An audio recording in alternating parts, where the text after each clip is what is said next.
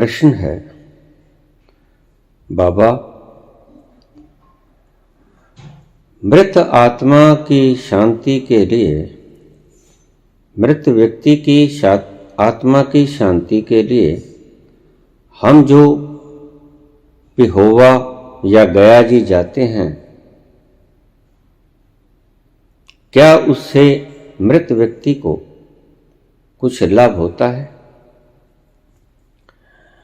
क्या वो शरीर धारण कर लेता है? अगर न करवाया जाए तो क्या उसकी आत्मा भटकती रहती है? कृपया इस प्रश्न का उत्तर हमें अवश्य दें। बहुत जनता इससे त्रस्त है।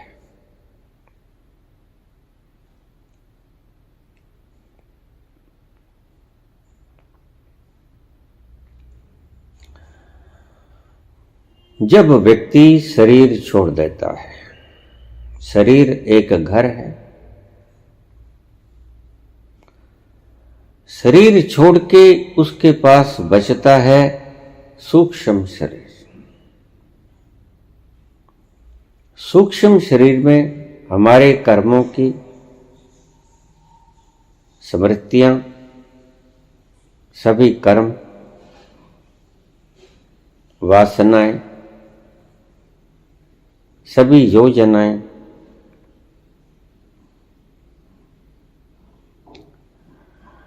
प्रारब्ध और संस्कार, ये हमारे साथ होते हैं।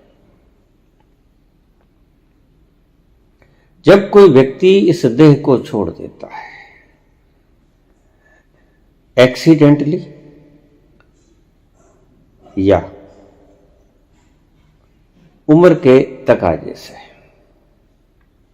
आमतौर से कहा जाता है कि जो व्यक्ति एक्सीडेंटली मर जाते हैं, दुर्घटना में मर जाते हैं, वक्त से पहले मर जाते हैं, अपने शरीर की आयु पूर्ण करने से पहले शरीर छोड़ देते हैं, आत्महत्या कर लेते हैं, उन्हें प्रकृति गर्भ उपलब्ध नहीं कराती।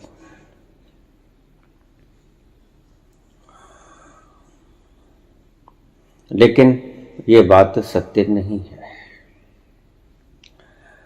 प्रत्येक उस जीवात्मा को जिसने एक घर छोड़ दिया,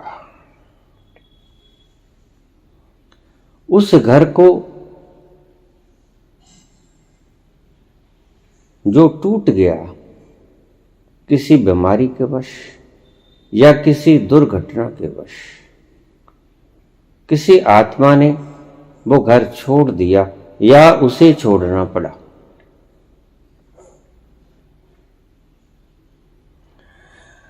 एक्सीडेंट तुम्हारे हाथ में नहीं। एक्सीडेंट कोई जानबूझकर नहीं करता। एक्सीडेंट दुर्घटना है।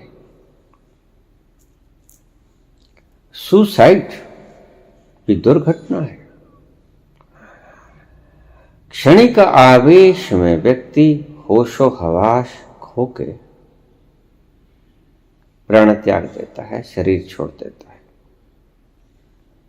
लेकिन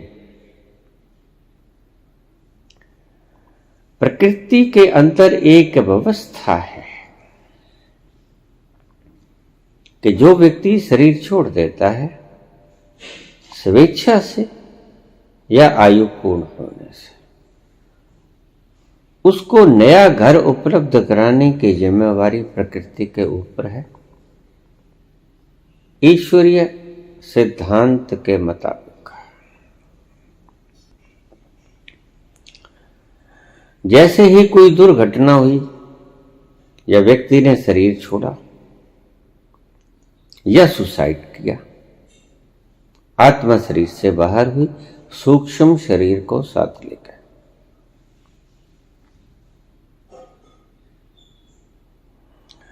पहले तो आत्मा को शरीर का मोह इतना है कि वो शरीर मेरा चला गया ये मानने को तैयार नहीं होते। जैसे किसी व्यक्ति ने शरीर छोड़ दिया, लेकिन चूंकि हमारा सूक्ष्म शरीर हमारे स्थूल शरीर जैसा ही होता है, उसे पता ही नहीं चलता कि मेरी मृत्यु हो गई, क्योंकि बिल्कुल उसी तरह का शरीर, बिल्कुल उसी तरह का शरीर सूक्ष्म शरीर है। नए शरीर में जाएगा तो उसके शरीर की संरचना बदल जाएगी, सूक्ष्म शरीर की। फिर वो नए स्थूल शरीर जैसा उसका सूक्ष्म शरीर दिखाई देने लगेगा। जिस भी आत्मा ने शरीर का मोह त्याग दिया, ये आत्मा पर निर्भर है। कुछ आत्माएं 4 दिन में समझ जाती हैं कि हमारा शरीर जल चुका है। इसलिए हिंदू सनातन व्यवस्था में हमने जल्दी से जल्दी उसके शरीर का दहन करना ठीक समझा, ताकि आत्मा का इससे मोह टूट सके। जैसे ही मोह टूटा, प्रकृति उसे गर्भ उपलब्ध करवा देगी। यहां ठीक से समझ लेना बात को। प्रकृति के गर्भ दिलवाने की सारी प्रक्रिया डिपेंड करती है उस मृत आत्मा के शरीर का मोह छोड़ देने के कारण। वो व्यक्ति कितने दिनों में उस शरीर का मोह तोड़ता है। इसलिए आपको वातावरण में जितनी रूहें भटकती हुई मुसलमानी रूहें मिलेंगी, उतनी हिंदू या सिख रूहें नहीं मिलेंगी। जो व्यक्ति देख सकता है इन रूहों को, वो पाएगा कि इनमें हिंदू सिख जो कि नामो निशान मिटा देते हैं, उनकी आत्माएं इस वातावरण में घूमती हुई फिरती हुई बहुत कम नजर आएंगी, बहुत कम। क्यों? क्योंकि हिंदू व्यवस्थापकों ने यह बात अच्छी तरह से समझ ली थी कि जब तक यह व्यक्ति मैं हूं शरीर को मानता था, उस शरीर को जला ना दिया जाए, उसका नामो निशान मिटा ना दिया जाए, तब तक इसका मोह नहीं टूटेगा। और जब तक इसका मोह नहीं टूटेगा, जब तक ये नहीं मानेगा कि मेरा शरीर नहीं है कहीं, तब तक प्रकृति इसको गर्भ नया उपलब्ध नहीं करवाएगी। प्रकृति मजबूर है। इसीलिए सनातन धर्म में जल्दी से जल्दी शरीर को जला देना ठीक समझा। कोई आवश्यकता भी नहीं थी। मृत शरीर को रखने का प्रयोजन क्या है? कोई प्रयोजन नहीं। उसके शरीर से बैक्टीरिया उत्पन्न होंगे, दुर्गंध आनी शुरू हो जाएगी। 2-4 दिनों में इतनी बदबू फैलेगी कि तुम उसके पास भी ना बैठ सकोगे। यह प्राकृतिक व्यवस्था है। इसलिए हिंदू धर्मों ने, जिनमें सिख भी शुमार हैं, जैन भी शुमार हैं, बौद्ध भी शुमार हैं, उन्होंने शरीर को जलाना जल्दी से जल्दी उचित समझा। जैसे ही तुम शरीर को जला दोगे, वो आत्मा शरीर के साथ साथ ही रहती है, क्योंकि उसने सदा शरीर को मैं जाना। मैं हूं शरीर, मैं हूं ये इंद्रियां, ये हाथ मेरे, ये कान मेरे, ये नाक मेरा, ये आंख मेरी, ये सारा शरीर मेरा। लेकिन जैसे ही व्यक्ति मर जाता है और उस व्यक्ति को पता ही नहीं चलता कि मैं मर गया, क्यों? इसका एक बहुत बड़ा कारण है।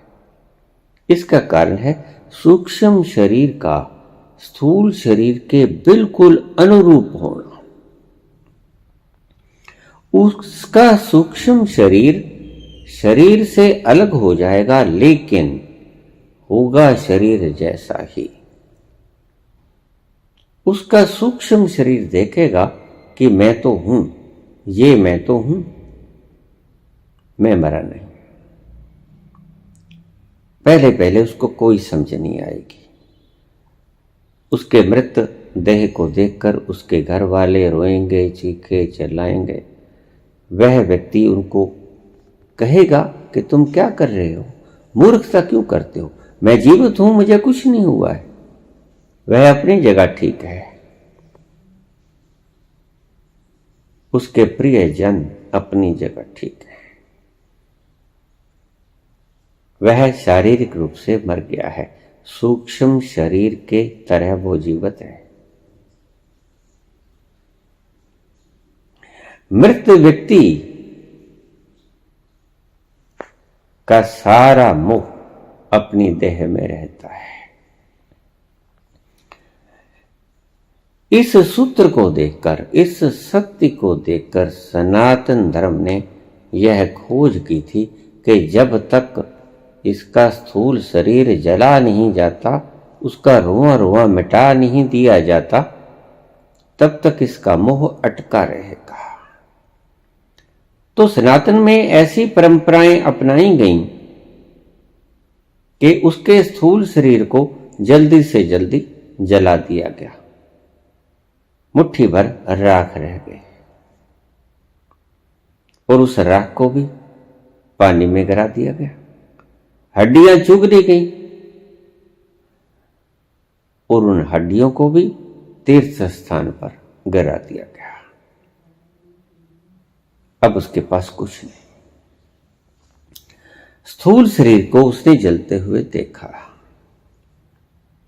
धीरे धीरे उसमें विरक्ति छाने लगी। हमारे हिंदू धर्म में एक परंपरा है, कपाल क्रिया कहते हैं, कि पुत्र जिसके साथ उसका बहुत मोह था, जो उसका अंश था, जिसके लिए वो पाप करता था, जिसके लिए वो झूठ बोलता था, जिसके लिए वो धन उपार्जन करता था, सबसे प्रिय था उसके, वह उसके ही सिर को तोड़ता है। कपाल क्रिया कहते हैं इसको। उसके सिर के ऊपर बांस मारता है, लाठी चलाता है।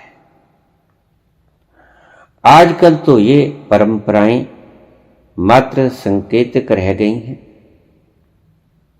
पुत्र पिता के सिर के ऊपर 7 बार बांस लगा के ऊपर से गिरा देता है, वो सोटी, वो लाठी, तोड़ता नहीं। जबकि सही परंपरा ये थी कि वो पुत्र पिता के जोर जोर से कपाल को तोड़ दे। इस दृश्य को देखकर पिता का मोह पुत्र आदि में सबसे ज्यादा होता है। पुत्र आदि, स्त्री आदि, इनमें सबसे ज्यादा होता है। ये उसकी जीवित संपदाएं होती हैं। घर, जमीन, जायदाद, सोना, गहना उसकी अचल संपदाएं होती हैं, जीवंत नहीं होती, मृत संपदाएं होती हैं। ये उनकी चल संपदाएं होती हैं। स्त्री को बाहर ही रख दिया गया। पुत्र को उसके कपाल तोड़ने की क्रिया सौंप दी गई। जब वो कपाल के भीतर उसके लाठी मारता है जोर जोर से, उसका कपाल तोड़ दिया जाता है। मृत व्यक्ति का कपाल तोड़ो, चाहे शरीर जलाओ, उसे दर्द तो होता नहीं। लेकिन ये क्रिया थी काहे के लिए? क्यों ऐसी व्यवस्था बनाई गई हमारे ऋषियों के द्वारा? उस व्यक्ति के लिए नहीं बनाई गई, वो तो मर गया। उसको तो अब उसका कपाल तोड़ो किसी लाठी से या उसको अग्नि में जलाओ, कोई फर्क नहीं पड़ता। उसका शरीर से मोह बना रहेगा। जब तक टूटेगा नहीं तब तक वो वहां से विदा नहीं होगा, शरीर के आसपास ही घूमता रहेगा। इसीलिए आप अक्सर कब्रिस्तानों में देख सकते हो अपने शरीर के आसपास रूहों को मंडराते हुए। ऐसा तुम्हें हिंदुओं के शमशान घाटों में नहीं मिलेगा। मैंने बहुत साल तक शमशान घाट में बैठकर साधना की है। करीब 3 वर्ष तक मैंने शमशान घाट के भीतर बैठ के रात्रि के वक्त 3-3, 4-4 घंटे तक साधनाएं की हैं, एक आध मौके को छोड़कर। मैंने कभी किसी प्रेत आत्मा को वहां पर नहीं देखा। जैसे ही शरीर को अग्नि दी जाती है, कुछ विधियां करनी होती हैं, पारंपरिक विधियां जो हमारे ऋषियों द्वारा बनाई गई थी। और वो सारी की सारी विधियां उस आत्मा को शरीर से सबसे प्यारा शरीर, उससे बाद में प्यारी अपने पुत्र पुत्र आदि, स्त्री, धन आदि, परिवार आदि, फिर उसकी जमीन जायदाद। इसलिए जब भी मृत व्यक्ति को हम कांधे पे उठा के लेके जाते हैं, उसकी कोई जायदाद रास्ते में आती है तो हम वहां पर ठहरा कर आवाज देते हैं कि देख लो ये तुम्हारी दुकान है, देख लो ये तुम्हारा मकान है, देख लो ये तुम्हारी जमीन है और इसको तुम छोड़ चले।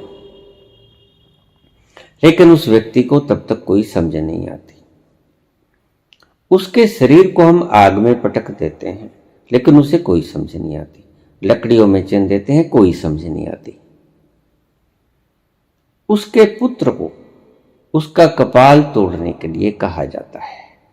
जब वो पुत्र कपाल तोड़ता है तो उसकी थोड़ा थोड़ा मोह अपने बच्चों से टूटता है कि ये वो मेरे बच्चे हैं जिनके लिए मैंने इतना नरक भोगा, सुबह से शाम तक मेहनत की, इनका पालन पोषण किया, भरण पोषण किया, विवाह शादी की, पढ़ाई लिखाई कराई, अफसर बनाए, इनके सब सुख दुख में सांझ मैंने रखे और ये आज मेरे साथ ये व्यवहार कर रहे हैं। उसे नहीं पता होता कि मैं मर गया। ये व्यवहार को देखकर पुत्रादि में उसका मोह समाप्त हो जाता है। फिर उसकी जो मुख्य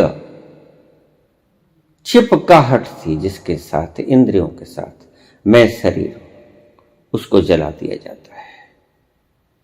तब भी वो आसपास उस राख के, उन हड्डियों के आसपास फिरता रहता है। आग लगा के चले जाते हैं। जब राख रह जाती है तो वो अपने पुत्र पौत्रादि, अपनी स्त्री आदि, अपनी माता पिता, इनके आसपास मंडराता रहता है,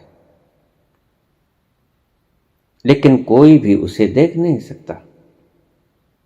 क्यों? क्योंकि किसी में देखने की क्षमता नहीं होती। लेकिन उपेक्षाकृत व्यवहार देखकर धीरे धीरे उसका मोह शरीर से तो भंग हो ही गया होता है करीब करीब, कि इन्होंने मुझे जला दिया। शरीर नहीं रहा, मिट्टी का ढेर है और हम उसकी अस्थियां चुक के, उसकी राख चुक के गंगा जी में फेंक देते हैं। तो शरीर का सारा मोह समाप्त हो जाता है और अपने ही व्यक्ति जो उसके द्वारा पाले गए, जन्म दिया गया, सारे कर्तव्य निभाए गए, वो ही व्यक्ति उसको जाकर पानी में बहा देते हैं, गंगा जी में, हड्डियों समेत।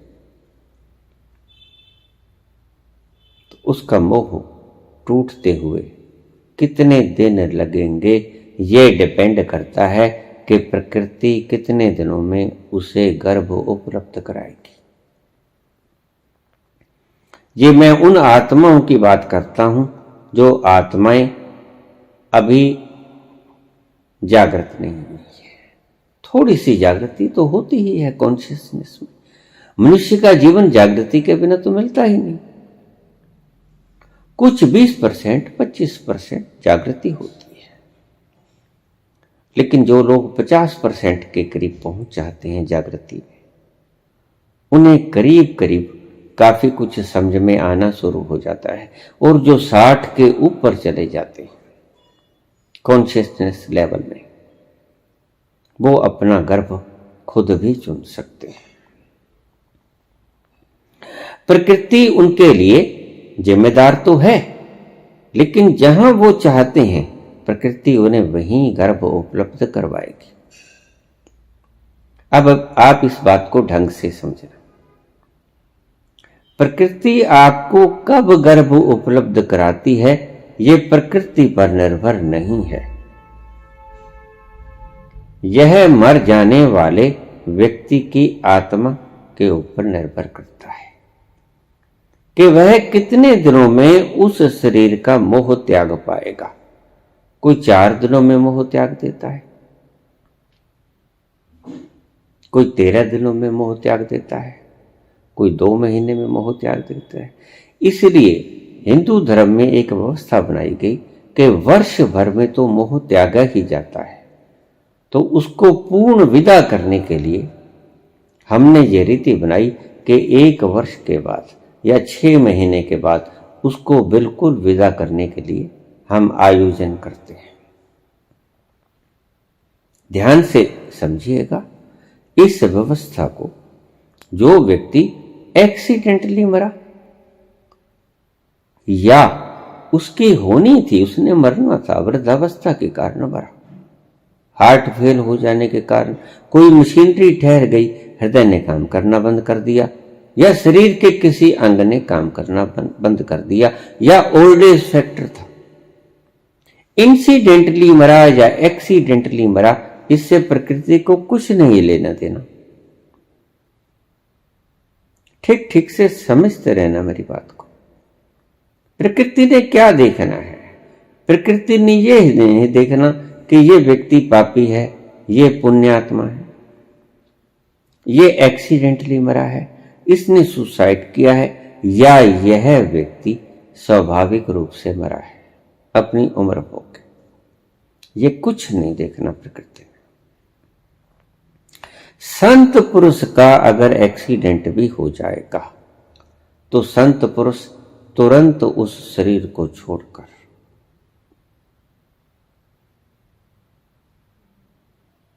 घूमने लगेगा ब्रह्मांड में। उसे पता है मैं शरीर था ही नहीं। उसके मरने से, शरीर के मरने से पहले ही वो मर गया होता है। उसने शरीर जान लिया होता है कि मैं नहीं। इसलिए हमने व्यवस्थाएं बनाई आमतौर से रस्म चौथा करने की, वो भी ज्यादा था। असल में तो संत पुरुष जैसे ही देह त्यागता है उससे पहले ही उसे पता होता है। महावीर जैसे लोग बताकर शरीर छोड़ते कि मैं जा रहा हूं। उन्हें पता होता है कि शरीर मेरा घर नहीं है, शरीर मेरा घर है, मैं नहीं हूं।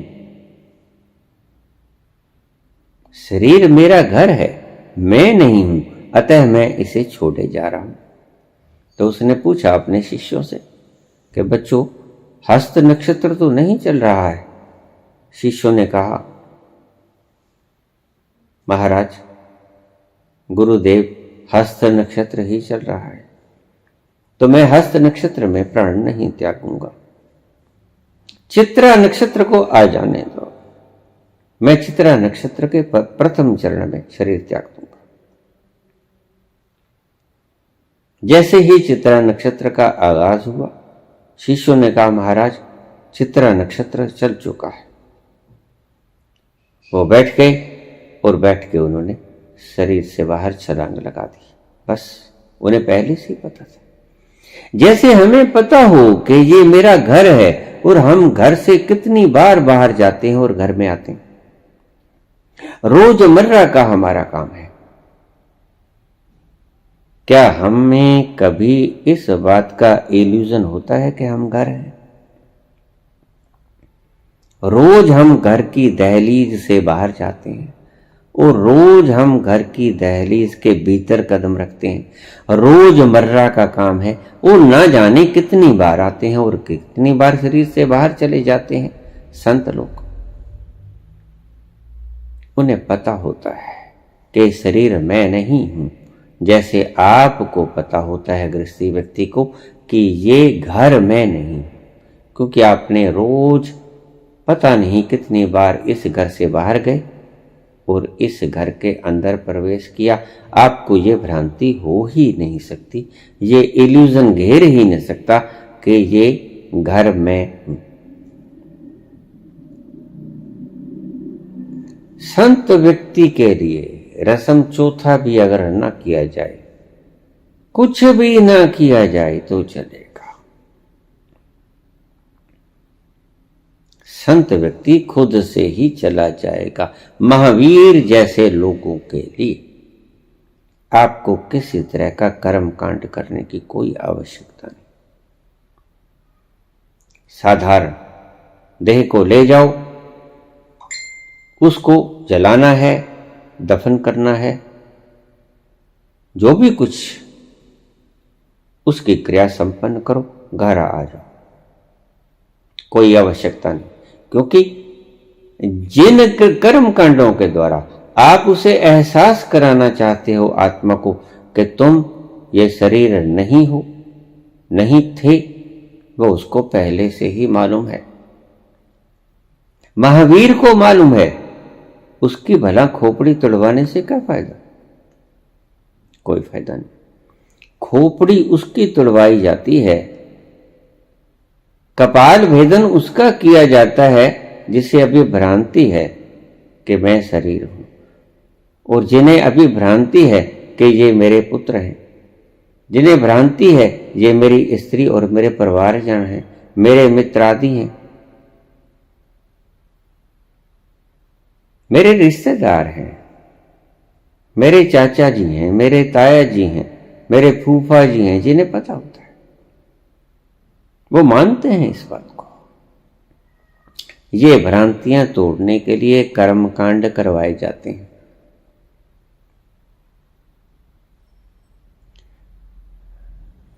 कपाल छेदन, पुत्र से संबंध विच्छेद, मोह विच्छेद।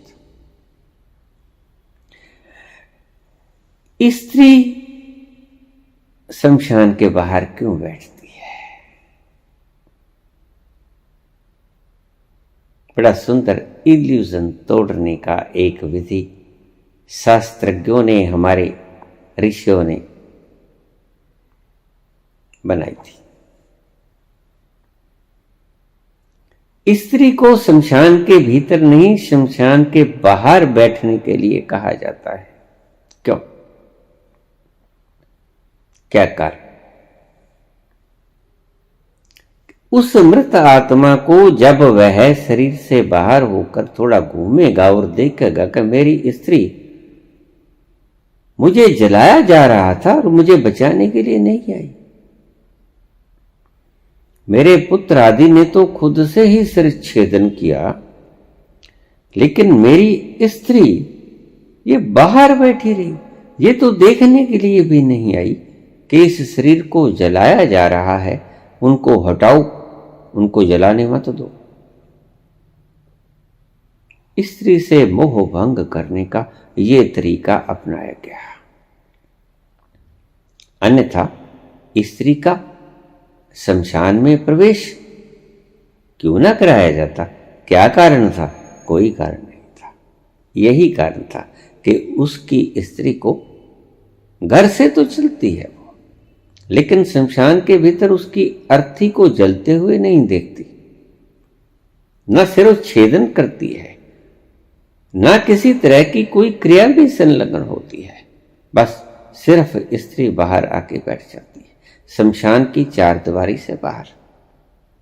उसका कारण सिर्फ मात्र ये था कि जिसको वो अर्धांगनी मानता था कि मेरा आधा अंग है, उसका मोह टूट गया कि अरे ये कैसा मेरा आधा अंग, मैं जल रहा, मुझे जला रहे लोग मेरे अपने ही, और यह बचाने के लिए नहीं आई। मोह भंग हो जाता है। इससे से मोह भंग ऐसे हुआ, पुत्र से मोह भंग सिर छेदन की वजह से हुआ। आम जनता, मित्र मित्र आदि सभी, दुश्मन तो आता ही नहीं। दुश्मन तो उस वक्त दुश्मन भी थोड़ा दुखी होता है, कितना ही बड़ा दुश्मन हो, मन में थोड़ा सा तो भाव आता है। सारे रिश्तेदार होते हैं कि इनमें से किसी ने भी मुझे नहीं बचाया, सभी के साथ मोह टूट जाता है। यही कारण था कि आखिरी वक्त उसका मुंह देखने की प्रक्रिया के कारण, कर्म कांड के कारण सभी रिश्तेदारों को इकट्ठे करना। सभी रिश्तेदार उसको जलते हुए देखते हैं और वह देखता है कि कोई भी व्यक्ति उसको ना जलने में सहायता नहीं करता, बल्कि पुत्र सारा फूस लेके उसके चारों तरफ घूमता है कि जल्दी से आग लगा दो। और आग लगाने के लिए ज्वलनशील पदार्थों का उपयोग किया जाता है, घृत आदि, घृत डाला जाता है ताकि जल्दी जल जाए, जल्दी जल जाए उस मरे हुए आदमी को, मृत आत्मा को। मोह भंग हो जाता है। अरे ये कैसा मेरा पुत्र, ये कैसी मेरी पुत्री, ये कैसी मेरी घरवाली, ये कैसे मेरे रिश्तेदार, मेरे सगे संबंधी, मेरे मित्र आदि जो कहते थे साथ जिएंगे साथ मरेंगे, कोई भी तो नहीं बोल रहा है। ये कैसे मेरे अपने हैं, ये तो बेगानों जैसा व्यवहार कर रहे, ये तो दुश्मनों जैसा व्यवहार करे, ये रोक ही नहीं रहे। ये सारी क्रियाएं, कर्म कांड उस आत्मा को उसके शरीर से, उसके पुत्र पौत्रादि से, पुत्रियों से, अपने रिश्तेदारों से, अपने दोस्तों से, अपने सभी प्रकार के प्रेमियों से जिनसे वो प्रेम करता था, मोह करता था, उसे लगता था कि ये मेरे हैं, मेरा घर ही नहीं, मेरी जमीन जायदाद ही नहीं, मेरी दुकान ही नहीं, मेरे पुत्र पुत्रादि ही नहीं, मेरे रिश्तेदार ही नहीं, ये भी मेरे प्रिय मित्र हैं। कोई संकट आएगा ये साथ खड़े होंगे, लेकिन आज तो ये साथ खड़े नहीं है। ये तो जलती पर घी डाल रहे हैं, ये तो जलते हुए तमाशा देख रहे हैं, उसे वो तमाशबीन नजर आते हैं। इसीलिए मुख देखने की, अंतिम बार मुख देखने की प्रथा बनाई गई।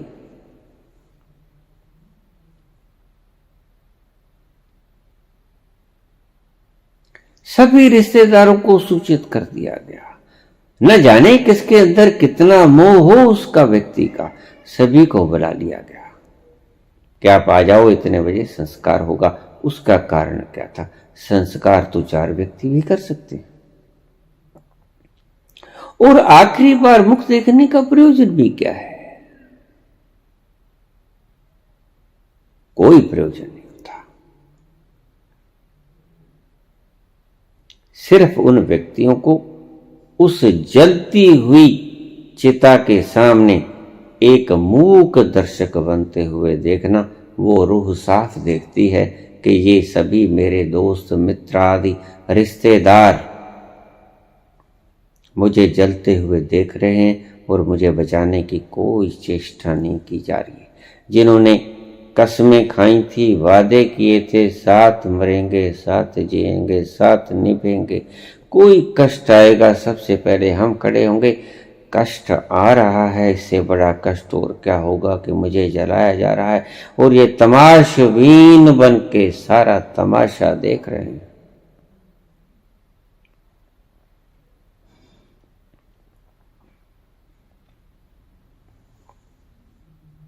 प्रकृति जैसे ही तुम्हारा मोह टूटा, हमारे ऋषियों ने ये सारे कर्म कांड बनाए, और ऐसे ऐसे कर्म कांड बनाए जिन्हें हम निष्ठुर कर्म कांड कह सकते हैं। व्यक्ति को दुखित करने वाले कर्म कांड, उसका मटका फोड़ देना, उसके आसपास उसके आपके पुत्र पुत्रादि के द्वारा उसकी देह को जला देना, उसके कपाल को तोड़ देना, सिरोच्छेदन करना, सिर में सुराख कर देना, मोरा निकाल देना और आग लगा देना। सारी क्रियाएं उसके सामने होती। और अगर उस व्यक्ति का मोह टूट जाता है अपने सगे संबंधियों पुत्र पौत्रादियों से, जिससे वो ज्यादा स्नेह करता है, रिश्तेदारों से, जैसे ही मोह टूटा, शरीर को जलते देख लिया, मित्रों को देख लिया कि काम नहीं आए, स्त्री को देख लिया काम नहीं आए, पिता पुत्र काम नहीं आए, माता काम नहीं आई, कोई काम नहीं आया, सभी मूक दर्शक बन के देखते रहे, मैं जलता रहा या जलती रही, लेकिन कोई बचाने के लिए नहीं आया, किसने गुहार नहीं की कि मत बचाओ, मत जलाओ इसे। किसी ने रोका नहीं, जलाया जा रहा था, सहयोग किया, घी डाला, जल्दी जल जाए, जैसे पीछा छुड़ाने को ही थे। ये उस आत्मा की सोच है, दर्शन है उसके। शरीर से मोह टूटा, अग्नि धू धू करके जलने लगती है, तब तक वह व्यक्ति उसके आसपास खड़ा रह जाता है, सभी चले जाते हैं, लो वो गए। जेड़े कहते सी खड़ांगे नाल तेरे, छड़ के मैदान भज गए।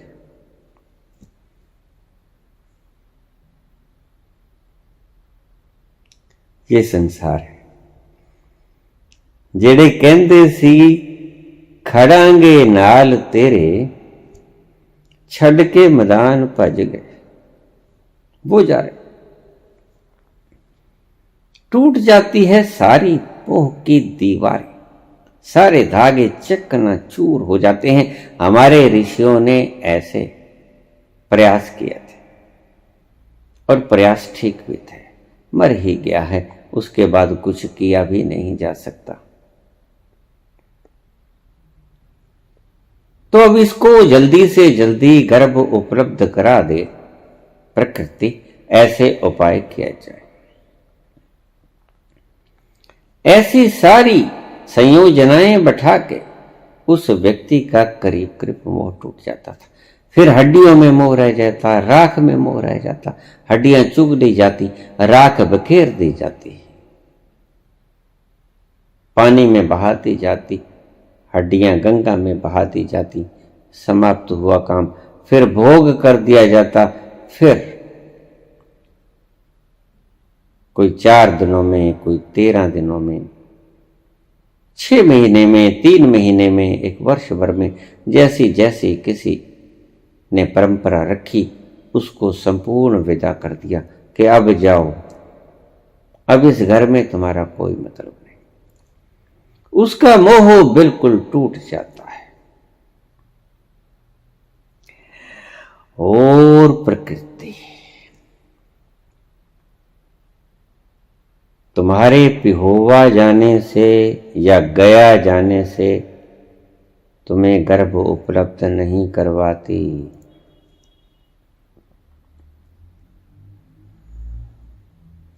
प्रकृति व्यक्ति के मोह टूटने पे गर्भ उपलब्ध करवाती है। जब तक तुम्हारा मोह नहीं टूटा तब तक प्रकृति आपको नया शरीर दिलवाने में असमर्थ है। वो तैयार है लेकिन असमर्थ है। क्यों? प्रकृति के कारण नहीं, आपके मोह के कारण। आपका मोह अभी कहीं ना कहीं फंसा हुआ है। यह अक्सर थोड़ी चेतन आत्माओं में होता है। जो बिल्कुल अचेतन आत्माएं हैं उनको तो प्रकृति तत्क्षण गर्भ उपलब्ध करा देती है। वो तो भूत प्रेत आदि बना भी नहीं करते, उनको तो शरीर मिल ही गया। ये होता किन आत्माओं के साथ है? जो कुछ % के लिए जागृत होती है। 10, 15, 20% तक जो आत्माएं जागृत होती हैं वो फंस जाती है इधर उधर इधर उधर इधर उधर। तो सारा कुछ कर्म कांड देख के किया भी उनके लिए ही जाता है।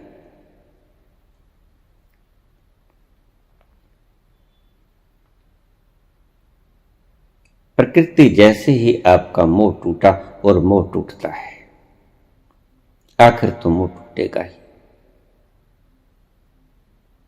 जैसे ही मोह टूटा इसका अंदाजा नहीं लगाया जा सकता, क्योंकि व्यक्ति की भीतर की क्लिंगिंगनेस किसके साथ थी और कितनी मात्रा में थी यह हम नहीं जानते।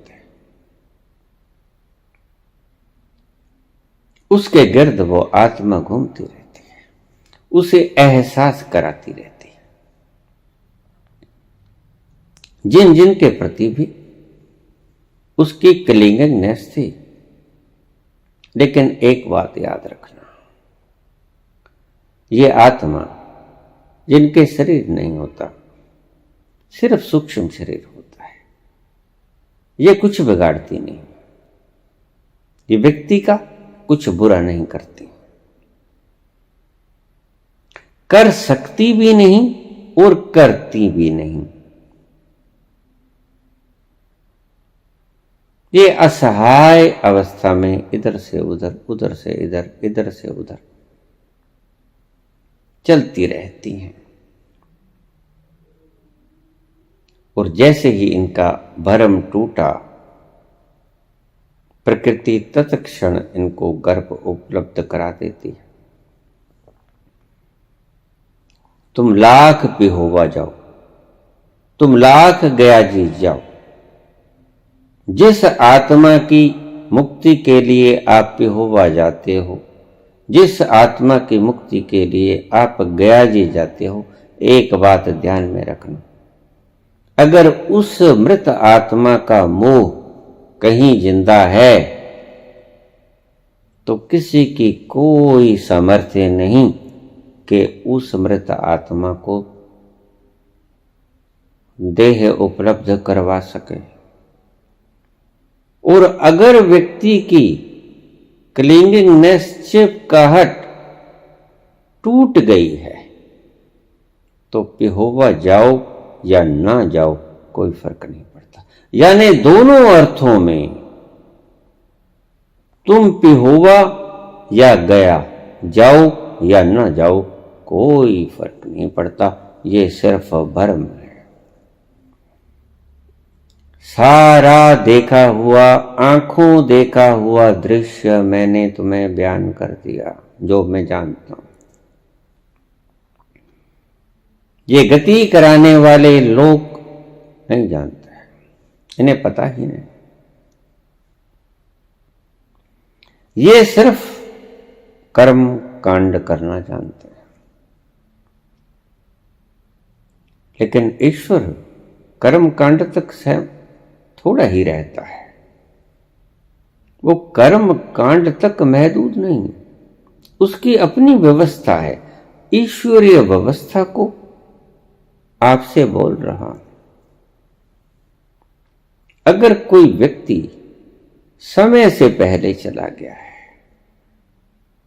एक्सीडेंटली या इंसिडेंटली या सुसाइड से, किसी भी तरह से उसने शरीर त्याग दिया, और किसी भी ढंग से हमने जो व्यवस्थाएं बनाई उसका मोह नहीं टूटा, तो न पेहोवा टूटेगा न गया टूटेगा। प्रकृति असमर्थ है। प्रकृति का एक ही सिद्धांत है कि नया शरीर तब, मोह टूटेगा तब।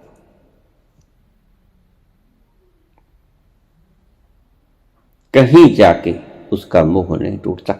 जब यहां की हमने रस्में निभा दी, कर्मकांड सारे कर दिए, सिर तोड़ दिया, शरीर जला दिया, सारे रिश्तेदार खड़े देखते रहे, आग में घी डाल दिया, सारे मित्र मित्रादि थे, खुद लाके उसको अपने ही प्यारों ने आग में भेंट कर दिया, पुत्र ने सिर उच्छेदन कर दिया, सारे रिश्तेदार खड़े थे, सभी माता स्त्री सभी थे, लेकिन किसी ने बचाया नहीं, किसी ने गुहार नहीं लगाई कि इसको मत जलाओ, लेकिन फिर भी जला दिया।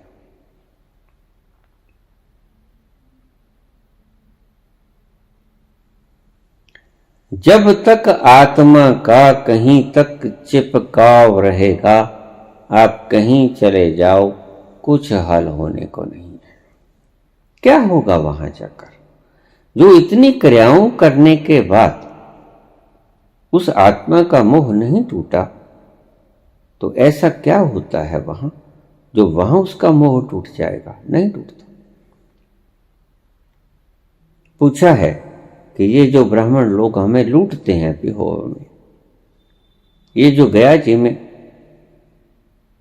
हमारी जेबें ढीली कर देते हैं, हमें लूट लेते हैं, बाबा जी क्या ये सही है? क्या वाकई ही मुक्ति हो जाती है? नहीं होती। पिहोवा और गया जी जैसे स्थान इनकी मुक्ति नहीं करवा सकते। मुक्ति कराएगी उसी जीव आत्मा का टूटा हुआ मोह। जिस घड़ी जिस क्षण उसका मोह टूट गया, प्रकृति बिल्कुल तत्क्षण तैयार है उसको नया गर्भ दिलवाने के लिए। उसके पास तैयार है व्यवस्था सारी, इंतजार है तो उसके मोह टूटने का इंतजार है।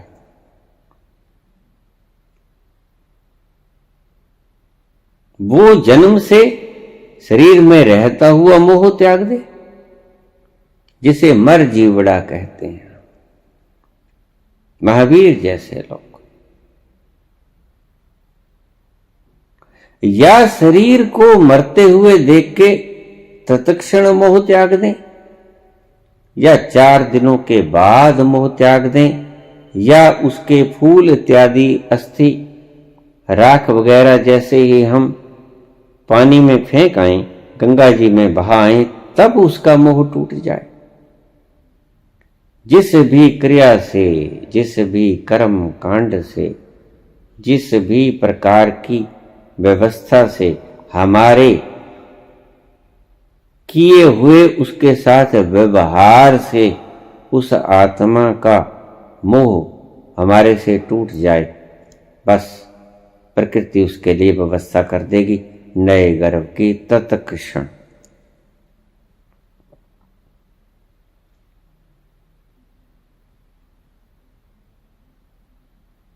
प्रकृति एक क्षण भी नहीं रुकने को है, क्योंकि ईश्वर का सभी सिद्धांत 24 घंटे वर्ष भर पूरा पूरा हर क्षण काम कर रहा है।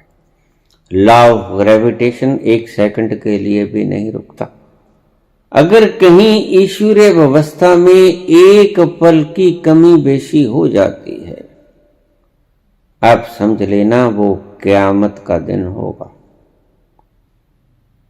कोई तारा, कोई सूरज, कोई चंद्रमा, कोई गैलेक्सी के अंदर, कोई ब्रह्मांड के अंदर, यूनिवर्स के अंदर कहीं भी एक पल की देरी या एक पल का अग्रिम घटना घट जाती है तो समझ लेना ये सारा यूनिवर्स तत्क्षण बिखर जाएगा, स्कैटर। इतनी बारीकी से व्यवस्था की गई है। प्रभु जी ने ऐसी कायनात बांधी,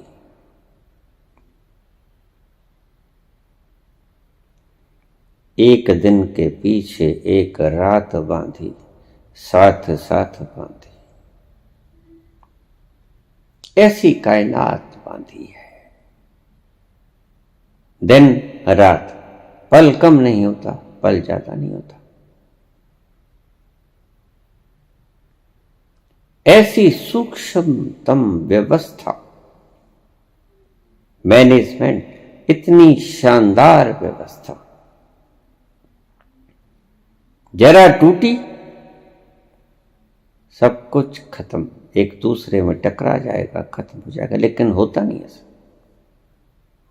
ईश्वर कभी मार खाने वाला नहीं। ईश्वर व्यवस्था उसने बनाई ही इस तरह है कि वो कभी कभी धोखा नहीं खा सकेगा।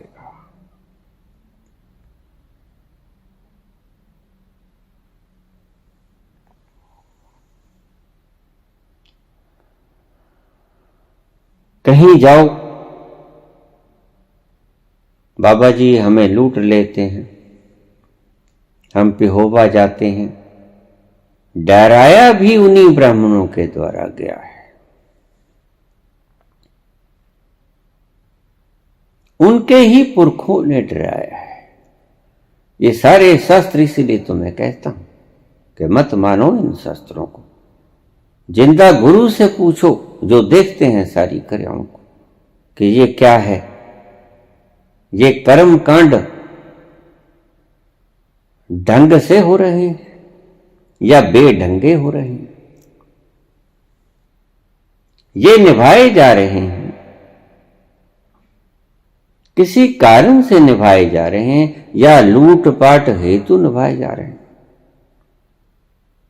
ये सारी व्यवस्थाएं पिहोवा की, गया की, लूटपाट की दृष्टि से निभाई जाती हैं।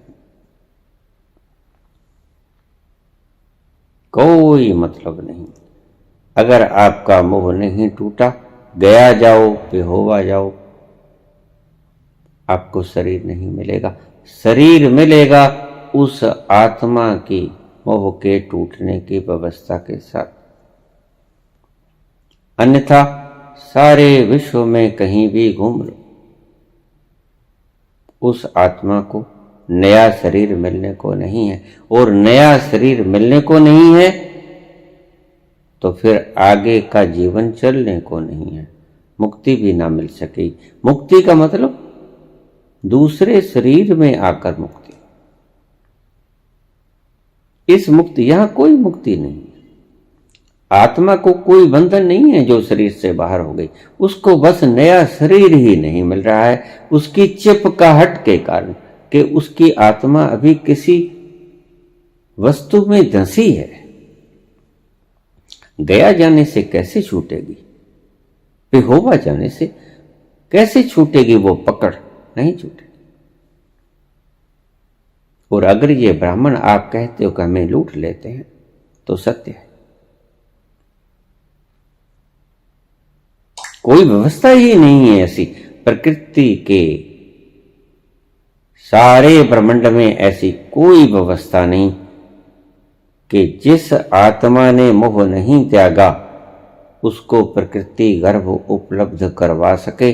पिहोवा जाओ, गया जाओ, कहीं जाओ, कोई फर्क नहीं पड़ता। आत्मा की क्लिंगिंगनेस टूटना ही एकमात्र ढंग है और वो हमने सारे उपाय कर दिए। सभी उपाय जानकारों ने की है कि इसका मोह भंग हो जाए। जिस बिस्तर पे सोता था वो गिरा दिए गए, जो वस्त्र पहनता था सब बाहर गिरा दिए गए, दान कर दिए गए, आग लगा दिए गए, सभी ब्राह्मण को या जिसको भी दान कर दिए गए।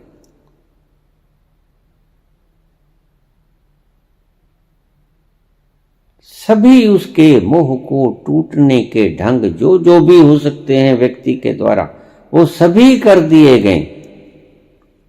लेकिन फिर भी अगर उसका मोह नहीं टूटा तो पिहोवा या गया में नहीं टूटेगा। इतनी रस्में निभाने के बाद, इतना कुछ उसके साथ हो गया, उसके अपनों ने ही उसे जला दिया। वो तो यही समझता है कि मुझे जिंदा जला दिया, ये मेरे दुश्मन हैं, ये मेरे पुत्र थोड़े हैं, ये मेरे मित्र थोड़े हैं, ये मेरे रिश्तेदार थोड़े हैं, मुझे जीते जी अग्नि में डाल दिया। वो तो ये समझता है। उसका भरम नहीं टूटता, उसका भरम तो टूटते टूटते वक्त लग जाता है, और वो टूटते टूटते टूटेगा। पिहोवा जाके नहीं टूटेगा, गया जाके नहीं टूटेगा, जैसे टूटेगा वैसे ही टूटेगा। जो पकड़ है उसकी, जैसे ही पकड़ टूटेगी तो उसको नया शरीर मिलेगा।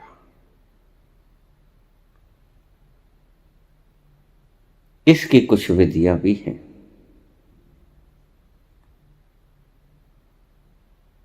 कि भटकती हुई आत्मा को कैसे उसको तोड़ा जाए, क्लिंगिंगनेस को। कुछ ऐसी विधियां, गुप्त विधियां थीं, इसलिए सभी नहीं बरत पाए हम। कुछ विधियां ऐसी रह गईं जो हमारे शास्त्रों में लिखी नहीं गई, या लिखी गई तो वो जला दी गई, वो दफन कर दी गई। लेकिन विधियां हैं।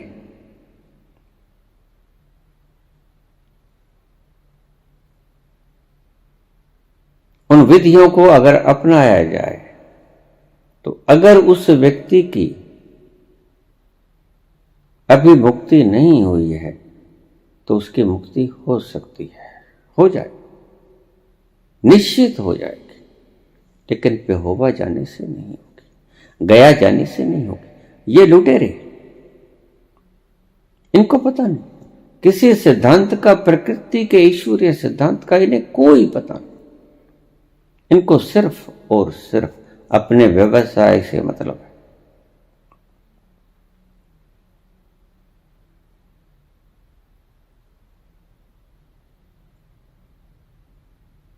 लेकिन बहुत सी बातें अधूरी हमारे शास्त्रों में, क्योंकि हम अधीन रहे हैं, गुलाम रहे हैं। कुछ किताबों के पन्ने फाड़ दिए गए, कुछ ऐसी करने वाली क्रियाएं नहीं की गई, मिटा दी गई।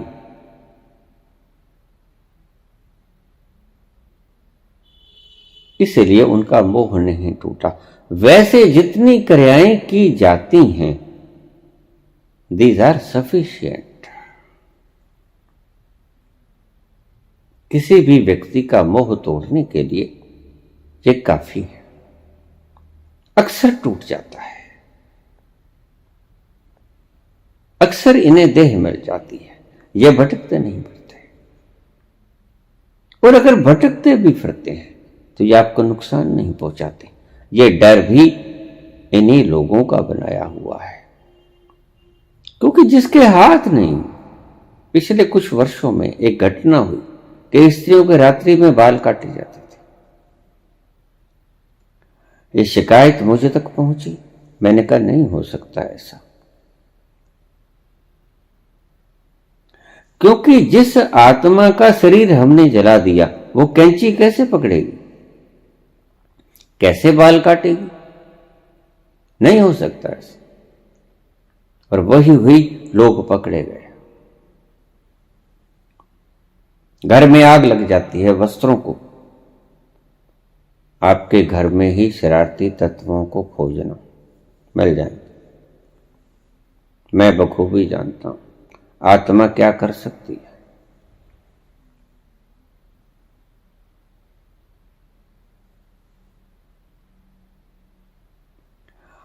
आत्मविज्ञान की महारत है मुझे। मैं अच्छी तरह जानता हूं कि आत्मा क्या कर सकती है, क्या नहीं कर सकती है। आत्मा आपका कुछ नहीं बिगाड़ सकती।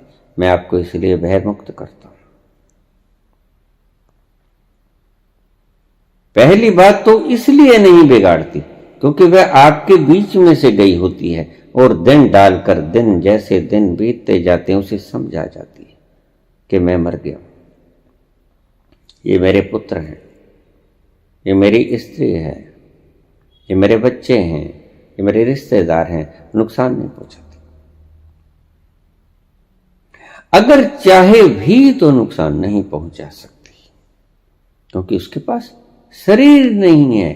शरीर मुख्य चीज है।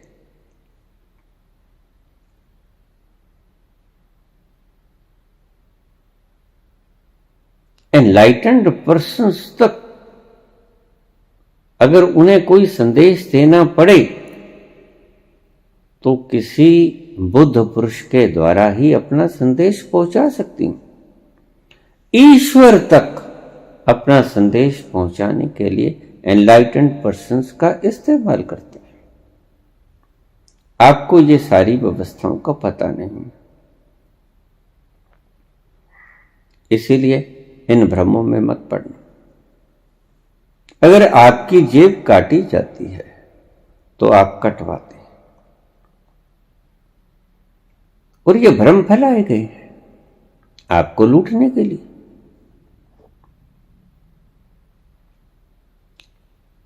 मैंने पहले ही कहा कि दो तरीकों से इन ब्राह्मणवाद ने आपको लूटा, भय दिखाकर या लोभ दिखाकर। लाओ हमें दान दो, तुम स्वर्ग में जाओगे, स्वर्ग में तुम्हें अप्सराएं मिलेंगी नाचती हुई, स्वर्ग में तुम्हें सुंदर शराब मिलेगी, अंगूर की बेटी।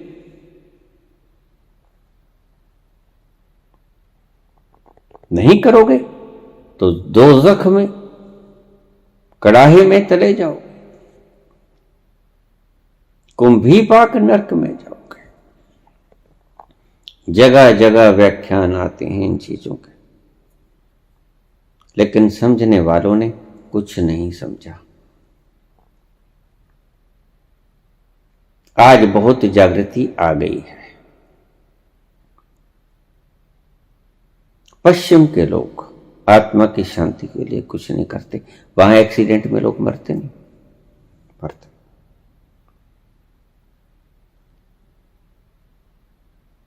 मुस्लिम संप्रदाय, ईसाई संप्रदाय आत्मा की शांति के लिए कुछ नहीं करते।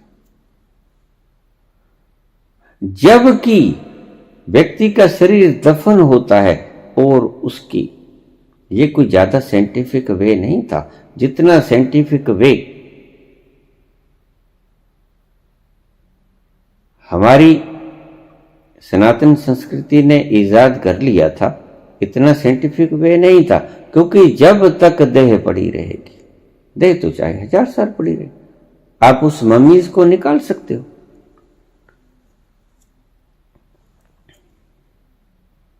उस व्यक्ति की आत्मा ओ ढंग से मोह टूट जाए तो टूट जाए, लेकिन शरीर के होने का भय तो उसे बना ही रहेगा, मोह तो उसे बना ही रहेगा।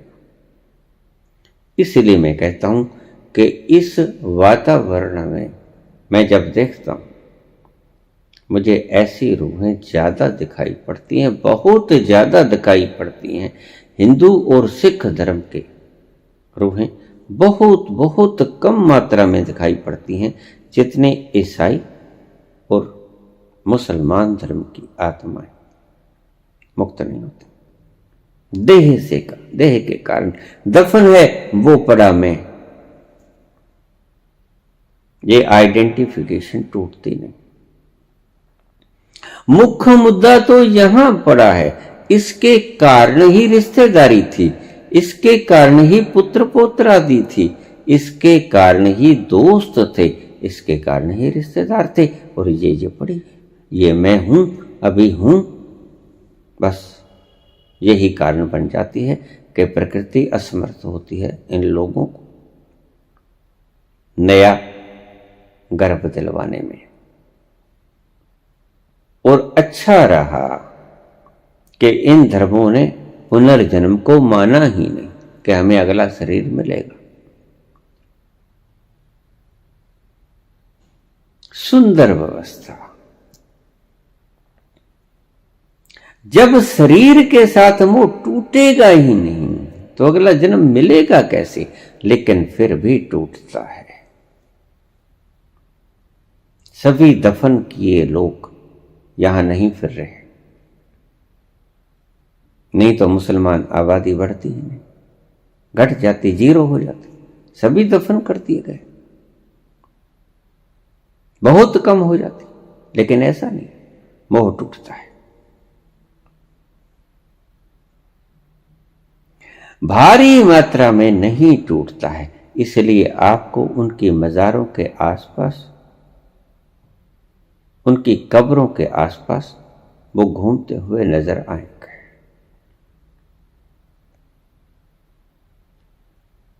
ये सारी व्यवस्था थी। वो किसी को कुछ कहते नहीं, उनका अपना ही यात्रा रुक जाता है। कब क़यामत होगी, कब क़यामत होगी, कब ईश्वर आएंगे, कब उसके कर्मों का खाता लेखा जोखा होगा और उसका दंड मिलेगा, फल मिलेगा, पुरस्कार मिलेगा। बहुत मुश्किल बात है। लेकिन धीरे धीरे धीरे धीरे आखिर व्यक्ति कब तक भटकेगा? आखिर टूटता है मोह, नया गर्भ मिलता है, प्रकृति को दिलाना पड़ता है, उसका मोह टूट ही जाता है। जैसे ही वो देह गलने लगती है, सड़ने लगती है, श्वास नहीं लेती, कोई क्रिया नहीं करती, तो उसका मोह टूटने लगता है, और कारणों से टूटने लगता है। दफन कर दिया, लेकिन उसे अभी विश्वास नहीं है कि मैं हूं। गलने लगती है देह, सड़ने लगती है, अस्थि पंजर रह जाता है। धीरे धीरे मोह टूटता है, थोड़ी देरी हो जाती है। इसलिए मुस्लिम धर्म के लोग थोड़ा लेट प्रकृति उन्हें गर्भ उपलब्ध करवा पाती है, बस इतना ही फर्क पड़ता है। हिंदू धर्म में, सनातन धर्म में, सिख धर्म में हम जला देते हैं, साथ के साथ जल्दी जन्म मिल जाता है, प्रकृति को आसानी होती है नया गर्भ चलाने में। बस यही व्यवस्था है, यही असल साइंटिफिक ढंग है जो मैंने देखा।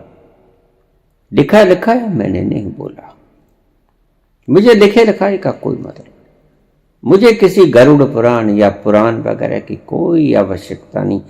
मैं खुद ही दृष्टा, मैं वही बोलता हूं जो मैंने देखा। इस भय से मुक्त हो जाइए। डर के मारे अगर आपने फिर भी निभानी है तो आप निभाओगे, मेरे कहीं से रुकने वाले नहीं। लेकिन होता ऐसा है, करो आप जैसे भी आप मालिक हो। ऐसा कुछ नहीं कि वहां जाने से आत्मा को मुक्ति मिल जाए, उनके पास कोई जादू नहीं है। ऐसा उनके पास कोई प्राकृतिक व्यवस्था को उन्हें पता ही नहीं है, कराएंगे क्या? सो ऐसे भ्रम मत पालना, इन भ्रमों से दूर रहना। तबस्सुम की सजा कितनी कड़ी है, तबस्सुम की सजा कितनी कड़ी है, गुलों को खिल के मुरझाना पड़ा है। तबस्सुम की सजा कितनी कड़ी है, गुलों को खिल के मुरझाना पड़ा है। कहीं कुछ नहीं होगा, कहीं जाने से तुम खिल नहीं पाओगे, मुरझाए ही रहोगे जब तक तुम्हारी आत्मा उस लगाव से मुक्त नहीं होती। धन्यवाद।